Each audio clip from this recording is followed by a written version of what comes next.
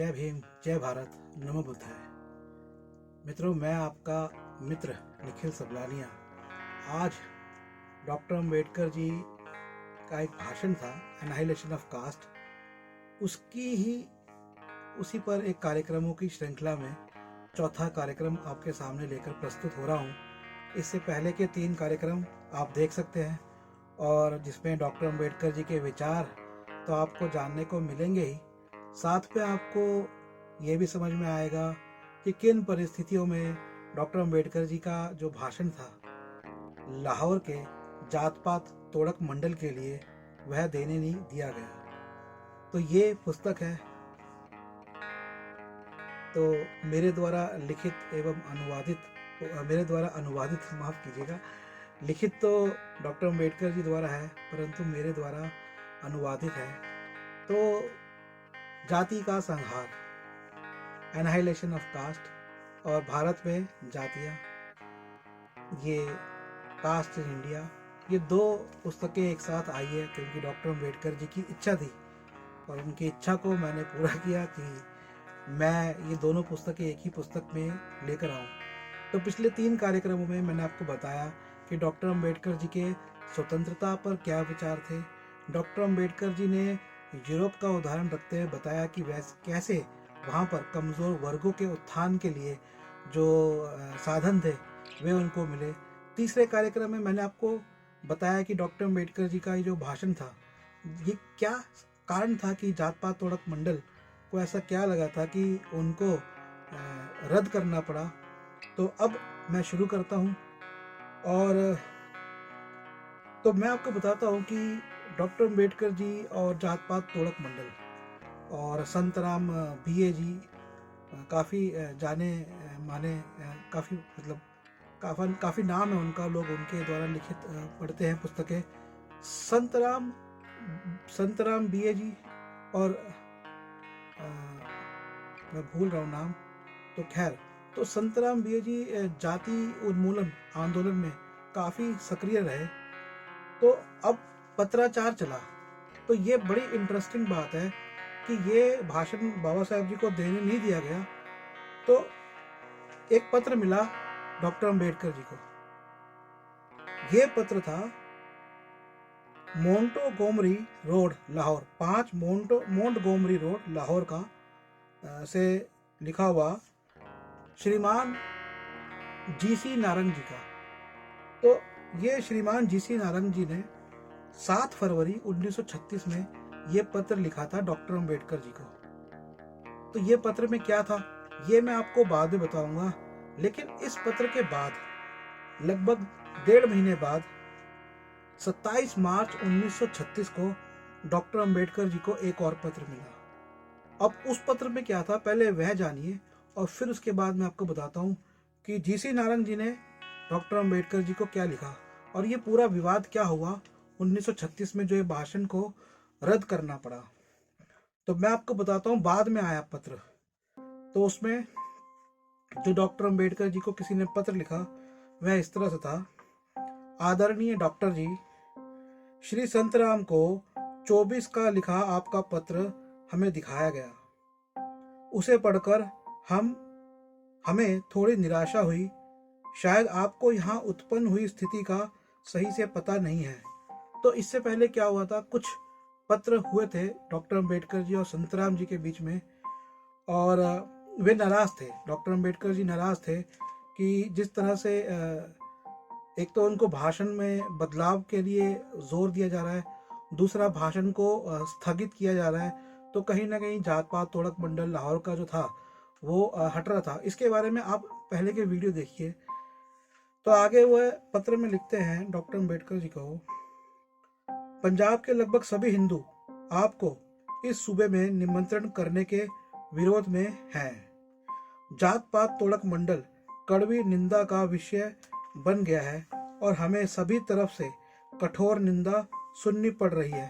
अब आप ध्यान से सुनिएगा कि इसके अंदर क्या कहा जा रहा है और बाद में जो पत्र है, जो इससे पहले पत्र है, उसमें क्या था जो मिस्टर जीसी नारंग जी ने कहा था।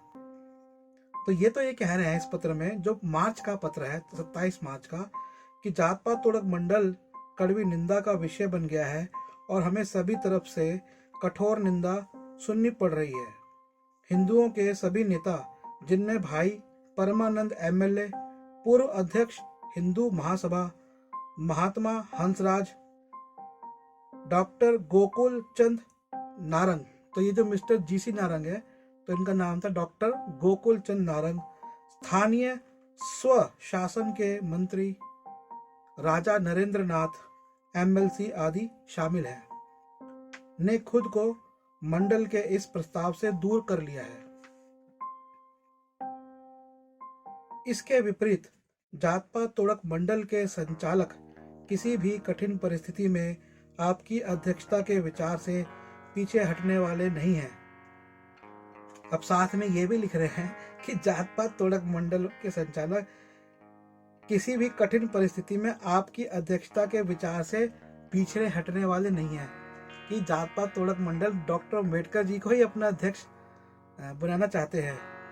इससे मंडल को बुराई मिली है। अब यह भी लिख रहे हैं कि इससे मंडल को भी बुराई मिली है। इन परिस्थितियों में आपका यह दायित्व बनता है कि आप मंडल के साथ सहयोग करें। एक तरफ तो हिंदुओं की तरफ से इतनी मुश्किलें और कठिनाई आ रही है, और दूसरी तरफ यदि उनकी इन मुश्किलों को बढ़ाएंगे तो उनके दुर्भाग्य का सबसे दुखद संयोग होगा। दुर्भाग्य क्या कि उनको डॉक्टर अम्बेडकर जी का भाषण सुनने को नहीं मिला। हमें आशा है कि आप इस मुद्दे पर पुनर्विचार करेंगे और सबके लिए सही कदम उठाएंगे।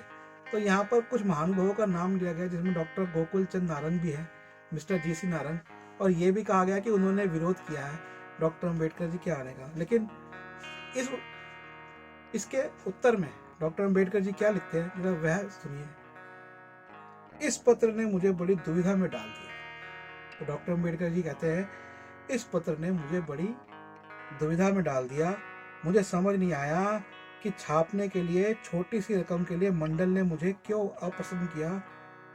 दूसरा, मुझे यह विश्वास नहीं हुआ कि सर गोकुल चंद नारंग जैसे व्यक्ति ने वास्तव में मुझे सभापति बनाने के विरोध के लिए इस्तीफा दिया है, क्योंकि सर गोकुल चंद नारंग ने खुद ही मुझे यह पत्र भेजा था। तो 1.5 महीने पहले श्रीमान गोकुल चंद नारंग जी का एक पत्र जो डॉक्टर अम्बेडकर जी को मिला था, तो वह लिखते हैं 7 फरवरी 1936 को, प्रिय डॉक्टर साहब, प्रिय डॉक्टर अम्बेडकर, मुझे जात पात तोड़क मंडल के कार्यकर्ताओं से यह जानकर बहुत खुशी हुई है कि आपने ईस्टर की छुट्टियों में लाहौर में होने वाली अगली वर्षगांठ सम्मेलन में अध्यक्षता स्वीकार कर ली है।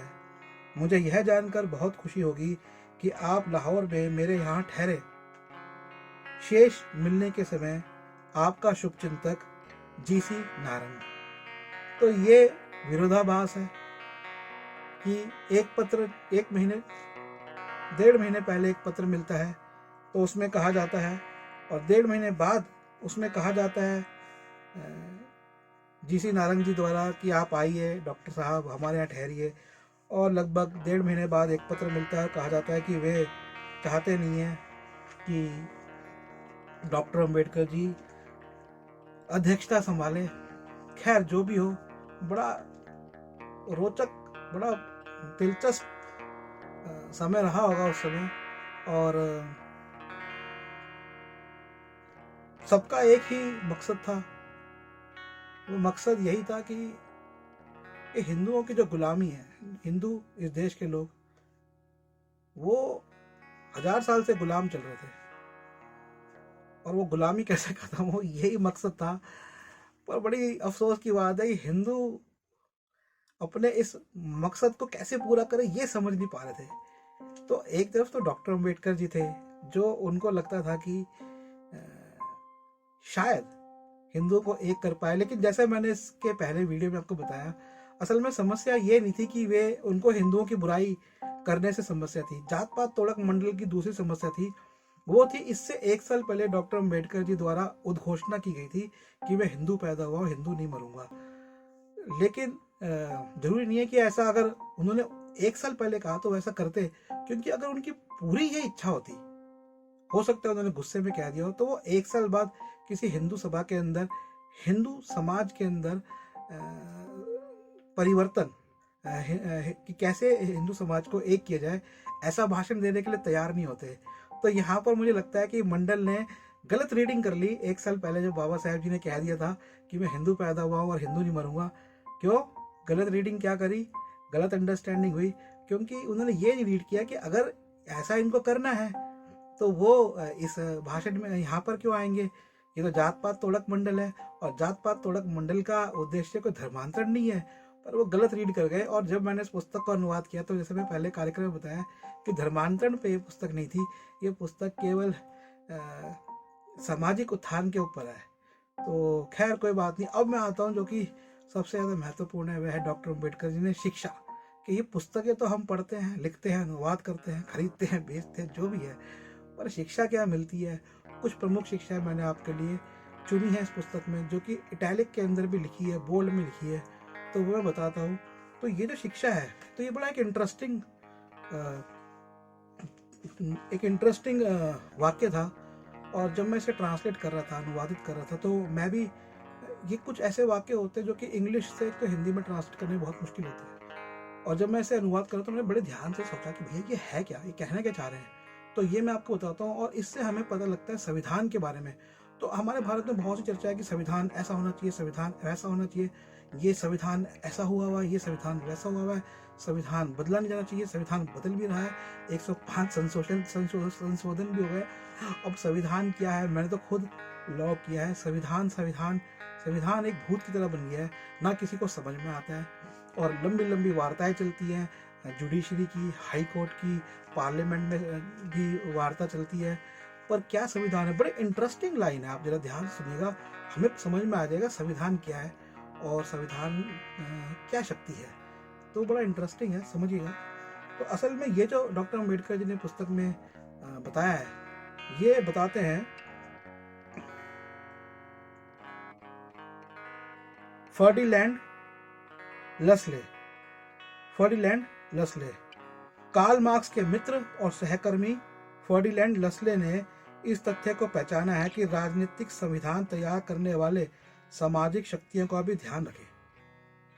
मैं आपको एक बात बताऊंगा, यहाँ पर जहाँ मैं खड़ा हूँ, यहाँ पर बहुत सारी कार्ल मार्क्स की पुस्तकें हैं, और मैंने बड़े दिल से संजो के रखी थी कि भैया लोगों को बेचूंगा ताकि लोग शायद कार्ल मार्क्स को पढ़े। अफसोस की बात है कि लोगों ने ले ली, मैं भी ज़्यादा पढ़ नहीं पाया। पर ऐसा नहीं कि मैंने कार्ल मार्क्स को नहीं पढ़ा, असल में मैं एक सीरियल बना के रखता हूँ। मैं अपनी जो पुस्तकें खरीदता हूँ और जो मुझे अच्छी लगती है, वो कई पुस्तकें और ले लेता हूँ ताकि लोग खरीदें। और हमारी वेबसाइट है nspmart.com, nspmart.com। मोबाइल नंबर मैंने आपको बताया है 8527533051, 8527533051, 8527533051, वेबसाइट nspmart.com। तो ये मैं तो खैर अभी मेरा कार्ल मार्क्स की पुस्तक का नंबर आया नहीं है, लेकिन मैं सीरियल ही पढ़ता रहता हूँ, और आई थिंक पिछले 4 महीनों में 4 पुस्तकें मैंने पढ़ी है। और पर आप लोग प्लीज़ पुस्तकें पढ़िए, ये मेरा अनुरोध है। तो अब आते हैं इस पर कि शिक्षा क्या है। तो वो शिक्षा ये है, अब ध्यान से ये लाइन सुनिएगा। कार्ल मार्क्स के मित्र और सहकर्मी फर्डिनैंड लसले ने इस तथ्य को पहचाना है कि राजनीतिक संविधान तैयार करने वाले सामाजिक शक्तियों का भी ध्यान रखें। 1862 में पर्शियाई श्रोताओं को संबोधित करते हुए उन्होंने कहा था। अब ये बात आती है, डॉक्टर अम्बेडकर जी की शिक्षा है, ये कहा उन्होंने था, पर शिक्षित कर रहे हैं डॉक्टर अम्बेडकर जी किस बात से शिक्षित कर रहे हैं। पहली नजर में संवैधानिक प्रश्न कोई अधिकारों का सवाल नहीं बल्कि शक्ति का सवाल है। तो संविधान सिर्फ अधिकारों से संबंधित नहीं है, राइट से संबंधित नहीं है, यह पावर से, ये स्ट्रेंथ से, ये शक्ति से संबंधित होता है। तो संविधान क्या है, संविधान शक्ति है। संविधान क्या है, संविधान अधिकार नहीं है, शक्ति है। अधिकार तो आप देखिए, कोई एलियन होता है, दूसरे देश से आया व्यक्ति, अधिकार तो उसके पास भी होते हैं, पर शक्ति नहीं होती। क्यों? क्योंकि संविधान से उसको शक्ति नहीं मिलती। तो संविधान क्या है, सिर्फ अधिकार नहीं है, अधिकार नहीं है, ये शक्ति है। क्या शक्ति है? किसी भी देश का वास्तविक संविधान उस देश में शक्तियों की वास्तविक स्थिति में होता है। किसी भी देश का वास्तविक संविधान, तो असली संविधान क्या है, जो उस देश की वास्तविक शक्तियों की स्थिति में होता है, उस देश की देश में शक्तियों की वास्तविक स्थिति। तो शक्ति क्या, अब ये समझिए, संविधान को हटा दीजिए, देश में शक्ति। अब किसी भी देश की स्ट्रेंथ क्या होती है? वो स्ट्रेंथ होती है वहां के लोग या वहां के जो वर्ग है। तो शक्तियों की वास्तविक स्थिति। अब what is the reality of those powers? उन शक्तियों की, उन वर्गों की वास्तविक स्थिति क्या है, वो हमें पता लगता है वास्तविक उससे पता लगता है कि असल में वो संविधान क्या है। संविधान शक्ति है, लेकिन वो शक्ति कहां से आ रही है? वो वर्गों की वास्तविक स्थिति से आ रही है। सो राजनीतिक संविधान का तभी महत्व और स्थिरता है जब वे सही प्रकार से उन शक्तियों को अभिव्यक्त करे जो एक समाज में अमल में लाई जाती है। तो वो समझा रहे हैं, सो इसलिए राजनीतिक संविधान का तभी महत्व है और स्थिरता है, तो तभी वो इम्पोर्टेंट है। It is a political document, ये एक पॉलिटिकल डॉक्यूमेंट होता है, राजनीतिक डॉक्यूमेंट होता है संविधान। तो वो तभी रेलिवेंट है, तभी उसका महत्व है, ये तभी वो स्टेबल है। कब स्टेबल है? जब वे सही प्रकार से उन शक्तियों को अभिव्यक्त करें। तो वो जो शक्तियां हैं, वो शक्तियां क्या है? लोग, वो वर्ग, उनकी अभिव्यक्ति जो एक समाज में अमल में लाई जाती है। तो एक समाज में जो वर्ग है, जो शक्तियां हैं, वो शक्तियां क्या है? वो वर्ग है। जैसे वर्ग, अलग अलग जातियां, अलग अलग धर्म। इंसान को हम एक कर दें, ऐसा हो जाए, ऐसा नहीं होता एकदम से। वो तो एक लंबा रास्ता है, अच्छा रास्ता है, सब करना चाहते हैं और धर्म और जातियां बांटते हैं। लेकिन अभी संविधान में क्या होना चाहिए? संविधान में वो जितनी भी शक्तियां हैं वो सब अमल में लाई जाए, अर्थात उनको सिर्फ अधिकार ना मिले, वे एक शक्ति के रूप में आए, अर्थात उन सबका रिप्रेजेंटेशन जो हो। यही हमारे संविधान का महत्व है। ये जब वे लिख रहे थे, 1936 की बात है, 1935 में गवर्नमेंट ऑफ इंडिया एक्ट आ चुका था। 1929 से लेकर 33 के बीच में, आई थिंक 1929 या 32 के बीच में राउंड टेबल कॉन्फ्रेंस लंदन में हुई थी, और उससे पहले साइमन कमीशन आया था। और राउंड टेबल कॉन्फ्रेंस, गोलमेज कॉन्फ्रेंस के अंदर, गोलमेज सम्मेलन में अधिकारों को निश्चित किया गया। और बहुत भारत के लोगों में घबराहट थी कि ये जो कमीशन आया ये कहीं गड़बड़ ना हो जाए, लेकिन ऐसा कुछ हुआ नहीं। कमीशन का इम्पोर्टेंस उसका बहुत बाद में आया। और उसमें क्या हुआ, उसमें जितनी भी शक्तियाँ थी, जो सामाजिक शक्तियाँ थी, वो क्या थी? राजे रजवाड़े थे, अलग अलग धर्म के लोग थे, अलग अलग जाति के लोग थे, अलग अलग वर्गों के लोग थे। सबको एक टेबल पे बिठाया और बोला जी अपनी बात रखो। उनके प्रतिनिधि को बिठाया कि अपनी बात रखो, अब एक नया देश फॉर्म कर रहे हैं, नया देश बनाएंगे। ये तो 1935 में ही हो गया था, और नया संविधान आएगा, अब आप बताओ जी आपको क्या चाहिए। तो उस तरह, उसके आधार पे फिर 1935 का गवर्नमेंट ऑफ इंडिया एक्ट लिखा गया। तो हमारे लोगों को पता नहीं है, लेकिन जो राजनीतिक रूप आज हम देख रहे हैं, ये 1885 के आसपास ही चुनाव होने शुरू हो गए थे। और ब्रिटिश को पता था कि वो एक दिन यहाँ पर पार्लियामेंट्री डेमोक्रेटिक स्ट्रक्चर लेकर आएंगे, ये तो निश्चित था। ऐसा नहीं था कि वो नहीं लाते, वो तो लाते, और उस कदम पे वो बढ़ चुके थे। लेकिन हमें अलग कुछ इतिहास है हमारा, जिसे हम आज़ादी का इतिहास कहते हैं। थी आज़ादी, लेकिन हमें मिलनी शुरू हो चुकी थी। लेकिन आज़ादी से भी ज़्यादा इम्पोर्टेंट बात थी, तो वो क्या बात थी? जो पार्लियामेंट्री डेमोक्रेटिक स्ट्रक्चर था, उसमें क्या हर एक को जो कानून में अधिकार सही मिलेंगे, बराबर मिलेंगे, उनकी शक्तियों का क्या प्रतिनिधित्व होगा। तो आजकल बहुत से लोग कहते हैं कि भैया फला फला को आप ये दे रहे हो, ऐसा नहीं है, ऐसा तो करना ही पड़ेगा। वही आपकी शक्ति है, वो संविधान में जाती है। वर्गों का रिप्रेजेंटेशन संविधान में जब जाता है तो संविधान स्थिर बनता है, वरना तो उसकी स्थिरता ही खत्म हो जाएगी ना। अगर आपने अपने देश के चंद वर्गों को संविधान में शक्ति दे दी और बाकी को दी नहीं, चंद शक्तियों को जगह दे दी, तो संविधान का कोई मतलब क्या रहता है? उसका महत्व भी नहीं रहेगा, और उसका जो है स्थिरता तो रहेगी नहीं। क्योंकि वो स्थिर तो तब रहेगा ना जब आपने प्रतिनिधित्व सबको दिया। बाकी प्रतिनिधित्व से आगे राइट आगे मिलेंगे, अधिकार बाद की बात है। अगर अधिकार नहीं मिल रहा तो भाई वो तो प्रतिनिधित्व मिला, जो व्यक्ति प्रतिनिधित्व संभाल रहा है उसको प्रश्न किया जाएगा ना, संविधान को नहीं प्रश्न किया जाएगा। तो संविधान में तो लेकिन होना चाहिए ना सबका प्रतिनिधित्व, ये बात है। और यहाँ पे एक बहुत इंटरेस्टिंग बात वो कहते हैं और समझाते भी हैं। कोई आयरलैंड का विषय, वो आप पुस्तक पढ़िएगा आपको समझ में आएगा। तो ये एक शिक्षा थी डॉक्टर अम्बेडकर जी की कि संविधान कैसा हो। और उन्होंने एक कार्ल मार्क्स के सहकर्मी थे, उनकी बात को बता के अपनी शिक्षा दी है। तो मुझे उम्मीद है कि आपको पसंद आया होगा ये कार्यक्रम। और नंबर जरूर नोट करें 8527533051 8527533051। मुझे जरूर फ़ोन करिएगा। मैं फ़ोन न उठाऊँ पर मैं आपको सहकर्मी का जरूर नंबर आपको दे दूँगा जिनसे आप बात कर सकते हैं। और ऐसे कार्यों के लिए आर्थिक सहयोग आपको देना चाहिए। और बड़े दुख की बात कह रहा हूँ, डॉक्टर अम्बेडकर जी को मानने वाले बहुत हैं और बहुत से लोग उनकी शिक्षा पाते हैं और नौकरी पर भी जाते हैं। बहुत से लोग जो प्राइवेट सेक्टर में आते हैं, मैं उन्हें भी कहना चाहूँगा, या जो बिजनेस करते हैं, कि ये जो बराबरी का अधिकार है ये भी डॉक्टर अम्बेडकर जी की वजह से मिला है। महिलाओं को अधिकार डॉक्टर अम्बेडकर जी की वजह से मिला है। मैं आपको एक और इंटरेस्टिंग बात बताऊँ डॉक्टर अम्बेडकर जी की, कि ये जो शिक्षा है, आज जो फ्री शिक्षा मिल रही है, बड़े लेवल पे शिक्षा मिलती है, इसमें भी डॉक्टर अम्बेडकर जी का बहुत बड़ा हाथ और उनकी बहुत बड़ी सोच रही है। डॉक्टर अम्बेडकर जी जब मुंबई में थे और चुनाव लड़ रहे थे और जीत भी रहे थे, तो वो कहते थे कि शिक्षा, आज हम लोग ऑनलाइन शिक्षा की बात करते हैं, तो वो कहते थे कि ये अलग अलग कॉलेज खोलेंगे, इतना अलग अलग करेंगे, सबको एक साथ कई लोगों को शिक्षा दो ताकि उसका खर्चा कम होगा। तो वो बहुत दूर की सोचते थे। हम लोगों ने तो उनको कुछ अपने हिसाब से सोच लिया, जैसे हमें ऐसा हमने उनके बारे में सोच लिया, लेकिन हमें पता ही नहीं है कि वह व्यक्ति कहाँ की क्या सोच रखते थे। तो इसी के साथ मैं समाप्त करता हूँ यहाँ का कार्यक्रम। जय भीम, जय भारत। नमो बुद्धाय।